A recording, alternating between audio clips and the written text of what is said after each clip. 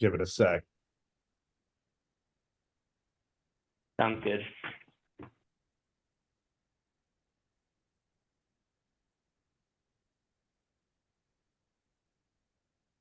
Okay. Get my gavel up, make it official. And good evening. I'm going to go ahead and call this session of the City of Tumwater hearing examiner to order. For the record, today is December 13, 2023 at 7 p.m.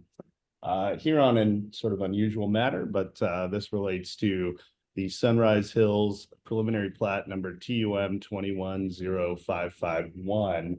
And the intent today was to reopen the record in this matter on very limited grounds to allow me, the hearing examiner, to get some clarification or some thoughts from more than anything the attorneys involved about their interpretation of, or the city's interpretation of its code. So I do recognize that there were strenuous objections from the applicant's attorney about reopening that hearing, and I think they in fact renewed a request to not move forward tonight with this matter. I didn't introduce myself. I apologize. Hearing examiner Andrew Reeves, introducing myself, and I did preside over the matter when it was opened. It's been several months, I believe back in May, and I also denied a request similar in nature, I think in 2019. And I think that had been the second or third iteration of a proposal to develop this site, and now we're on the third or fourth iteration. But with that, I thought to begin with, I would address the letters that went out and were provided this morning from Hanson Baker, the attorneys representing the applicant, because I haven't ruled on, I suppose, the renewed objection to us moving forward today. So if I have someone representing the applicant, I believe is available on the attendee list, if you can introduce yourself. Yes, good evening. Sorry, I was just upgraded to a panelist. So Keaton Hilly, I'm here on behalf of the applicant. Thank you. You made the list, Mr. Hilly. And I see Attorney Jeff Myers here representing the city. If you can introduce yourself. Good evening. My name's Jeff Myers. I represent the city of Tumwater. Great, thank you. Oh, and Joshua Rosenstein as well. I know prepared this particular letter, and I see he's popped up. So Mr. Rosenstein, if you could introduce yourself, and I'm happy to speak to you or Mr. Hilly, or I didn't plan on an entire cadre of attorneys for each side, just one, but happy to hear from you if you can unmute yourself. Currently still muted.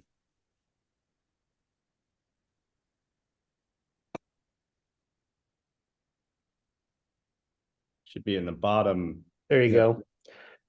Well, it's nice to meet you, Mr. Reeves. I'm Josh Rosenstein, attorney for the applicant, Sunset Hills LLC, and Chul Kim. And I think my partner, Mr. Hilly, will be taking the lead with us. I'm here for some background on the recent interactions. Oh, okay. I suppose I was going to sort of start to determine whether we should start, if that makes sense, to the extent that I'm happy to hear final thoughts on the renewed objection to my hearing any additional evidence. And I'm happy to make a ruling on that. And that would be dispositive potentially. So if you're ready, I'm happy to dive in on that thought. I'm happy to give my 2 cents if that helps or not, but you know, I was thinking based on the letters that I received this morning that you had prepared, sort of renewing an objection to moving forward with reopening the hearing. I wanted to make sure we addressed that so that it didn't go sort of unseen, unnoticed. I am aware. I did receive them and I've reviewed them, and I'm you know, wanted to maybe start there if we could. So if that makes sense to you, Mr. Rosenstein, if you want to start there, please. Yeah, that's fine. But like I said, I will defer to Keaton. Okay. Take the lead at the hearing here on behalf of the applicant. Even in terms of this objection, the renewed objection, I'm fine either way. I'm just trying to make sure I know who I'm talking to. Actually, Keaton and I didn't talk about who might present this point. I guess I'm glad to. And for the most part, we've made our objections based on potential prejudice. We felt like there weren't legal grounds to reopen the hearing, that the rules of the hearing examiner call for good cause. We didn't see good cause. And then we asked multiple times for an agenda and specifics so that we could be prepared to address them. Whatever might be on the hearing examiner's concern, we didn't hear back at all on that. And it was pretty well spelled out in our written submissions. I don't really have much to add. Okay, thank you. I certainly read them. I've been struggling to the extent that this is not an appeal hearing, and nor has it been. It's been an application hearing, and so in envisioning reopening the hearing, I was a little wary of producing or providing materials to specific people, even parties and their representatives, versus the world at large, because the intent of an application hearing would be that this is something whereby the public is apprised of what's going on, so I can confidently say that I've bungled things here and there along the way. I've been making every effort not to introduce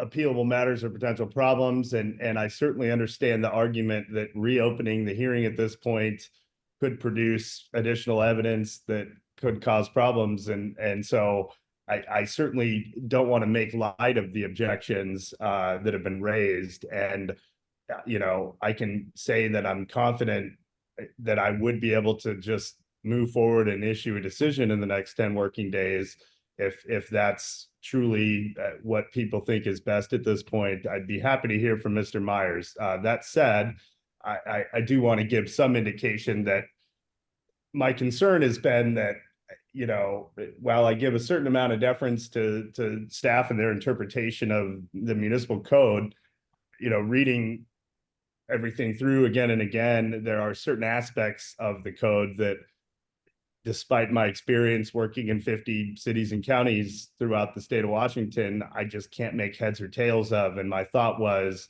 this is the first time Mr. Kim's had legal representation. This is actually, I believe, the first time the city has had legal representation specific to this matter. My thinking was it could be useful for both this particular applicant, this hearing examiner at large, which will not be me in the future. I just so folks know, I have indicated to the city of Tumwater that I'll be moving on in the new year, as not because of this or because of the city itself, just to be clear. But the hope was to get some clarification that would avoid situations like this in the future, especially as it's clear Mr. Kim has an intent to develop this property, hence why, multiple times before the hearing examiner. So that was my thinking. But Mr. Myers, on behalf of city staff, your thoughts in relation to the objection. And I know the city's position was it also sort of supported not moving forward tonight. So I just wanted to see if that's still the case. Well, I think we're at a position where we'd like to get this resolved as quickly as possible. If I understand the concerns that were expressed by the applicant, especially in terms of identifying what concerns and what issues they needed to prepare to address.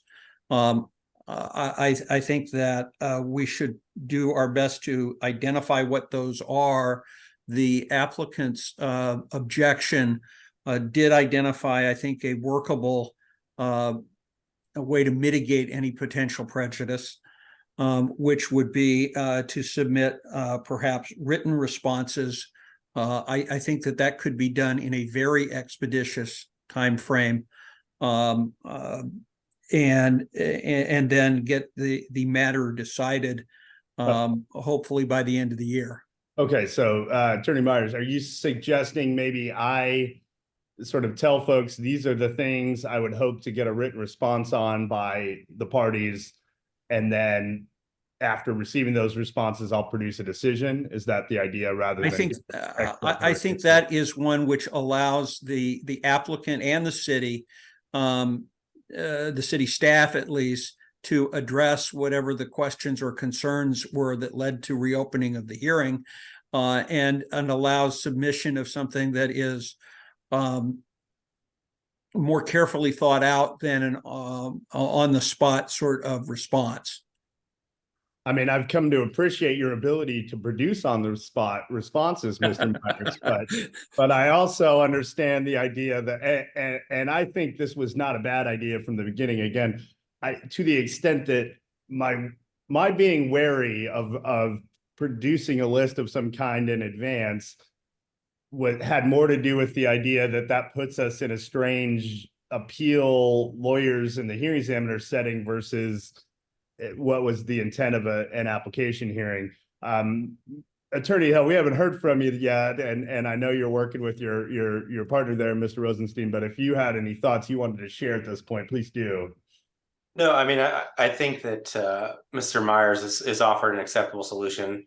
Obviously, our preference would be to just close the hearing altogether and rest on the objections we've already made. But I do think that, especially if it's a highly technical question, which we haven't had the ability to really research up to this point, I think it makes sense that if we can't address that fully tonight, that we're given an opportunity to supplement whatever we can provide this evening for your consideration. Okay, well then I believe in my mind that's a workable solution. You know, if I've invited error for any kind of appeal, I have, and that'll be dealt with under LUPA. But you know, my intent from the beginning, and I was hoping to make it clear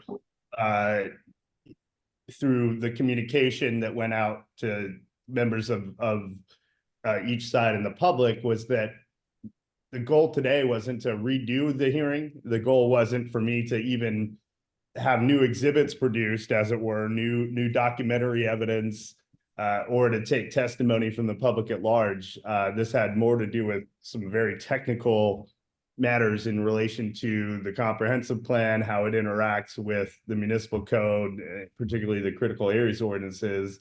So then I think my plan now is to just let you all take notes, ask clarifying questions of me as needed. You being, I'll focus on Attorney is it Hilly or Hilla or Hill, or I don't want to mispronounce your name. No, it's Hilly. Hilly, all right, Hilly. And then, you know, close, and again, this will be quite brief, and I do not intend to call on others, members of the public at large, though I certainly wanted to make it clear that they are allowed to watch and witness what's going on. So I guess with that, I'll dive in, as it were. And one of the first things, as I was sort of looking in the materials, had to do with the comprehensive plan and how it interacts with all of these things. And the Tumwater Comprehensive Plan, you know, entitled the City of Tumwater and Thurston County Joint Plan, in Chapter 3, the PDF page number, I think, or at least the page number of Chapter 3 is page 46, but essentially this was within the residential sensitive resource designation for 2 to 4 dwelling units per acre, which, unless I'm completely wrong, I believe is the designation under the comprehensive plan related to this specific property. And the comprehensive plan notes that the intent of clustering development in this area is to preserve open space along environmentally sensitive areas and provide a lot configuration that allows future density to be achieved over a 20-year period. But on the next page, it points out that density transfer provisions are not appropriate in this designation due to the extreme sensitivity of these areas to environmental disturbance and the desire to provide relative density continuity between different development sites within this density designation that may or may not qualify for the density transfer provisions. Now, where that came up in my thinking was in reviewing the plans, and the materials provided by the parties and the staff report, is this notion of density transfer seemed to serve as a potential basis for staff's recommendation of approval in this case. Yet I was unable to sort of harmonize whether density transfer exists as a potential anywhere in the Tumwater actual municipal code. There's certainly a confusing graph that comes at the end of each of the various municipal code sections that provided as much clarity to me as, you know, looking through a black cup of coffee. I couldn't make sense or heads or tails of how it would work, let alone if it ought to be applicable in this case. So that was something I was hoping that could be addressed, which would be, you know, is there any kind of density transfer that is possible or allowed? And if so, how does that harmonize with the comprehensive plan? So that was sort of what kicked things off in my mind. And then I'll stop there to see if anyone would hope for clarification. Attorney Myers, I'll just start with you this time. Okay, I think what I'm hearing is the question is that given the provisions in the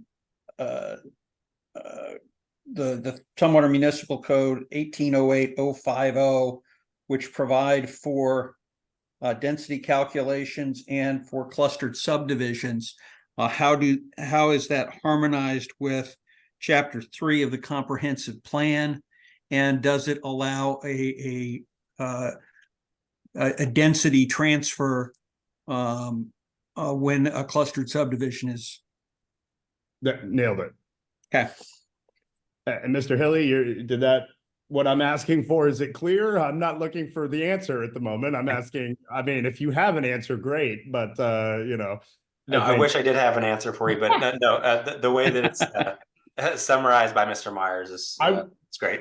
I wish I had the answer too, or I would have just produced a decision. I mean, I have what I think is the answer, but the hope was to get clarity. But and I don't want to make light of this, but I think all the parties will recognize that, well, the municipal code may have explicit language. The hearing examiner, one of the things I need to do when I look at a plat as well is to ensure that, you know, the comprehensive plan has been accounted for and addressed. And the comprehensive plan as the sort of meta overriding document, and I know every municipality and that plans under the comprehensive plan will be thinking a lot about this in the next few years, because updates to comp plans are starting now, as it were. So that was the first one. And then I guess the other one was along those same lines. And Jeff Myers, the provision you referenced, I think it comes at the end of each of the specific zoning designations, but for purposes of the RSR zone, I think was at 1808. Sorry, can you tell me what it was one more time? I was referencing the development standards section in 1808.050. There we go. And 050, I believe. B has the density calculation and E has the clustered subdivision. Right. And then there's, oh, here it is. The density calculation formula for all residential zones. There's a calculation, there's a couple maps. It's at the end of chapter 1808. I suppose one way or the other, I have tried myself personally to try to understand how to make a calculation if one is applicable. And I'm not smart enough. I don't know if folks can use, numbers to say, okay, if we believe thing A deserves a density transfer, this is how you calculate it based on these charts and graphs at the end of chapter 1808. If someone can, I know Mr. Kim, in fact, was the only one I think that at one point, either in this version of development of the last one, did sketch out some numbers on a document a long time ago. And I tried to make sense, not that his numbers seemed wrong. I just couldn't wrap my mind around how it would work. So if someone wants to try to theoretically walk the hearing examiner through, while I'm not a mathematician, I do have some background in economics. So I try to pride myself on being able to understand numbers a little better than some other attorneys. So give me the benefit of the doubt. If there's an explanation that is well made, it won't be for lack of a math ability on my end. I just want to make that clear. So that was one there. And that's along the same lines, but any clarification, I'll start with you there, Mr. Hilly, on that particular issue. On this one, if you'd like to hear from Mr. Kim, he can probably walk you through his particular calculation to see if that sheds any light on the issue. Otherwise, I'm kind of in the same boat as you. I can see what's here in front of us at the end of the chapter, but I'm not sure I can offer much. No, I meant, do you need clarification what I'm asking for the few? I'm saying we weren't trying to get the answer tonight, I don't think. I'm saying, I see Attorney Myers nodding vigorously on the let's not try to answer it extemporaneously or contemporaneously. But Mr. Myers. Well, I think you're asking, how do you run through the density calculation formula in light of the final provisions in chapter 1808 on how to do the density calculation.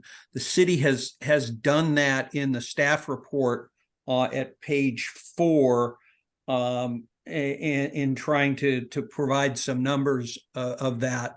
Other than that, what is provided in the staff report, if there is there something there that is unclear that we could supplement or Well, I suppose the idea that somehow, that in doing that calculation, it was unclear to me in looking at chapter 1808 that,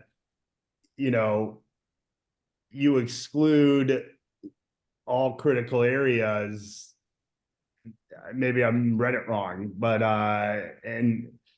staff's response notes in the staff report on page 4 that, when you excluding steep slopes, public roads, and access tracks from the gross acreage, that's sort of where you end up with the numbers, I believe, is what you're referencing. Does that sound right, Mr. Myers?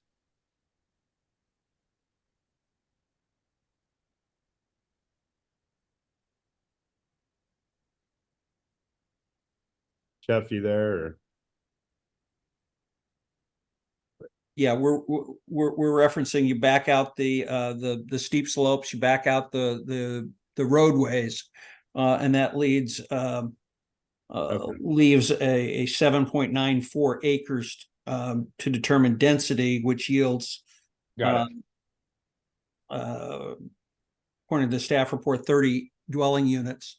Okay. And then because it's developed as a cluster subdivision, carving out the critical areas and reducing the lot size down to the minimum lot size in many cases, that the density bonus of 125% yields a maximum of 37 units, and the applicant here proposes 36.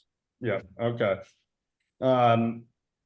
It still hurts my brain trying to walk through it, but I'll do my best as we move forward to try to make sense of it. But I guess along those same lines, the next issue that I sort of ran into in my own review, though, had to do with this idea of what counts as a public road or an access track to the extent that the materials that were provided, and let's see if I can give you guys the best page number.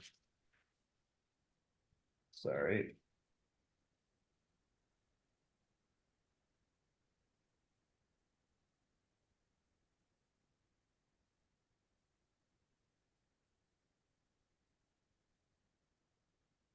Looking to the project plans, I believe.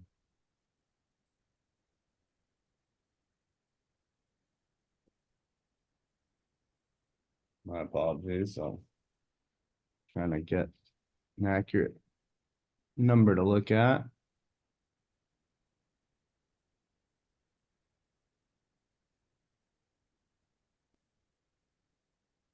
Looking for the map, Yeah, page 31 of the staff report.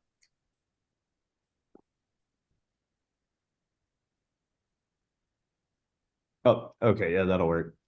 Thank you, Ms. Myers. So, and this obviously came from other materials, but it's reprinted, but I guess my question was things like the shared driveway, looking at, there's a driveway that runs from road B that ultimately just provides access to lots 32 and 33.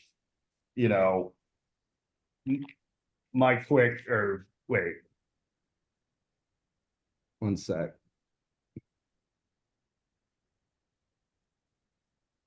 Yeah, I think that's.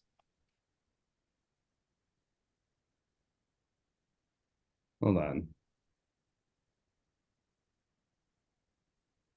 Yeah, oh, okay, sorry.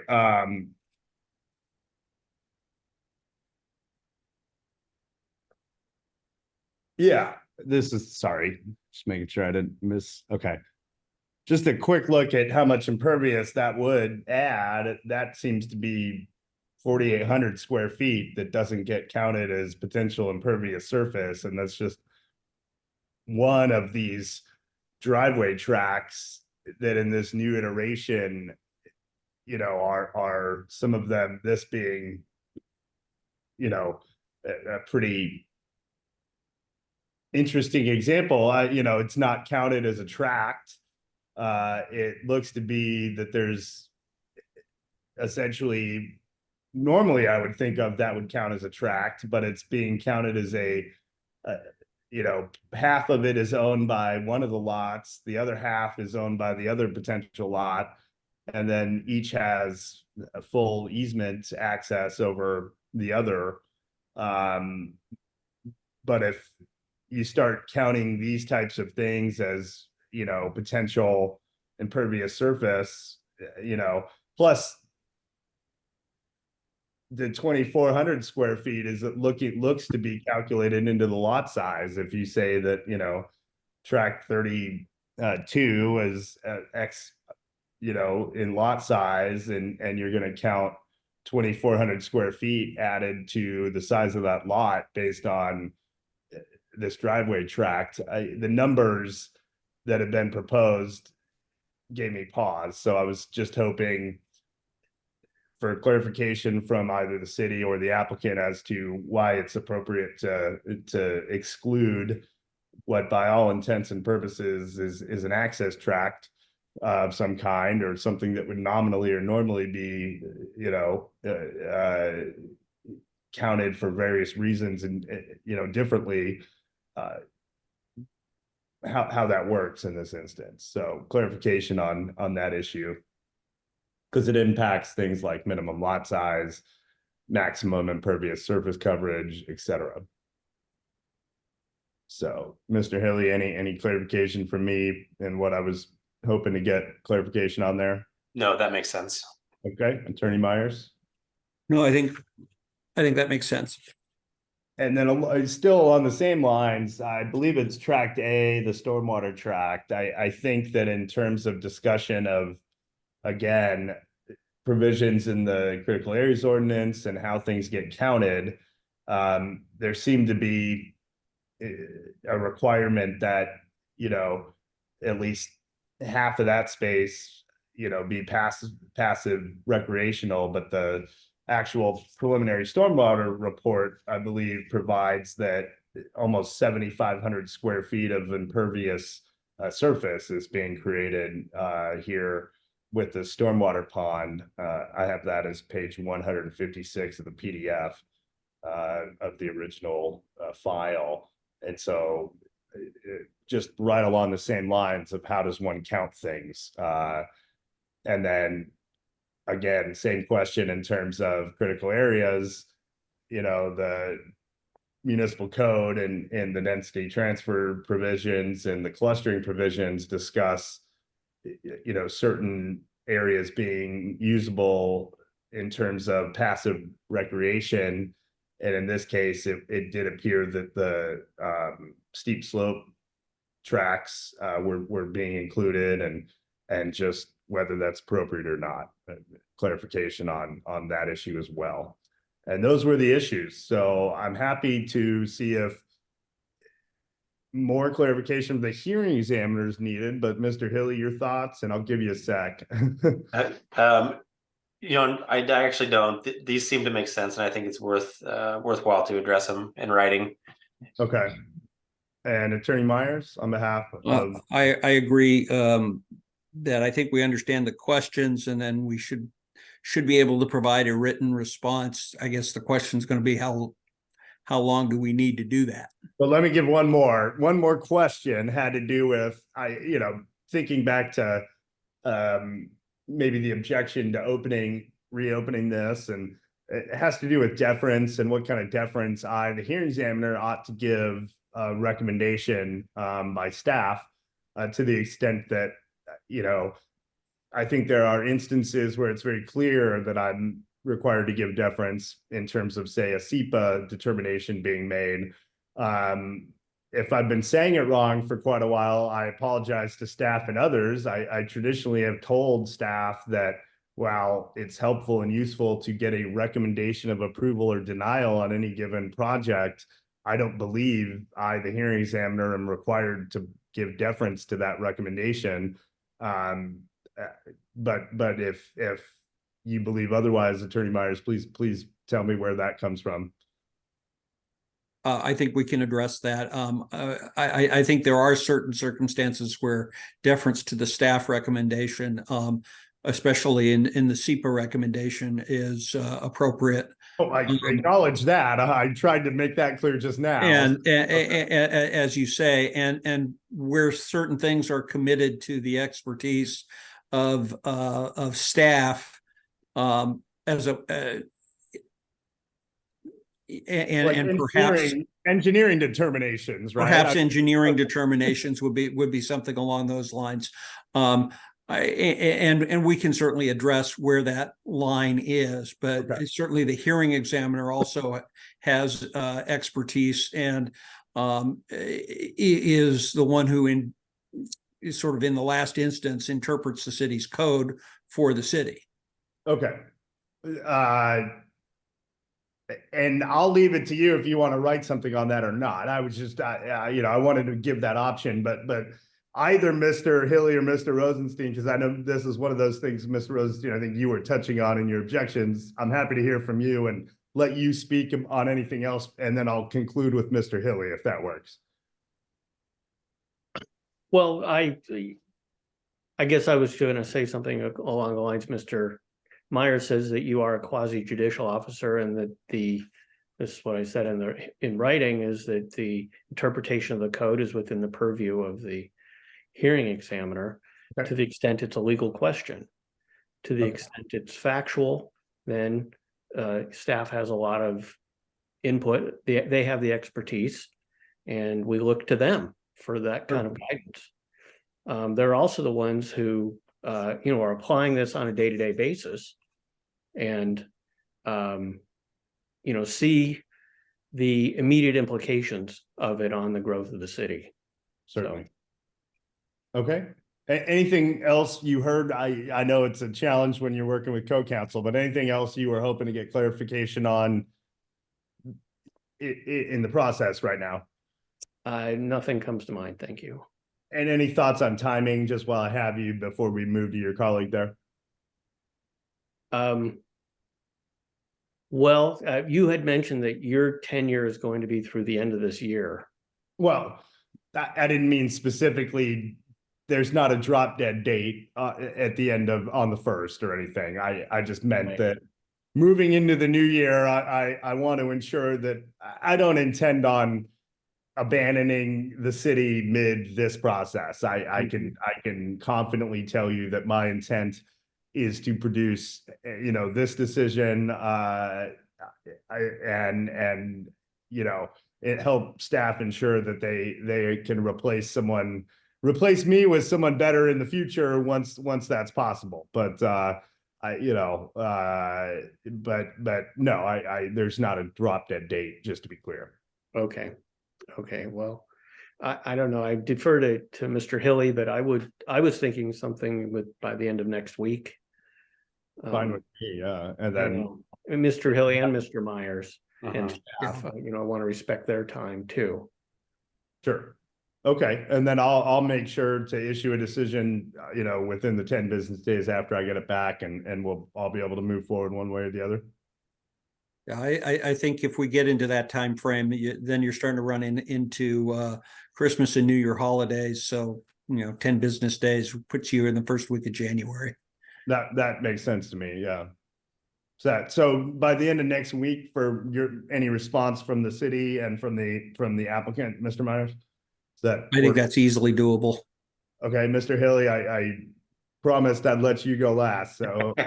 Well, no, I think the time frame works well for our side.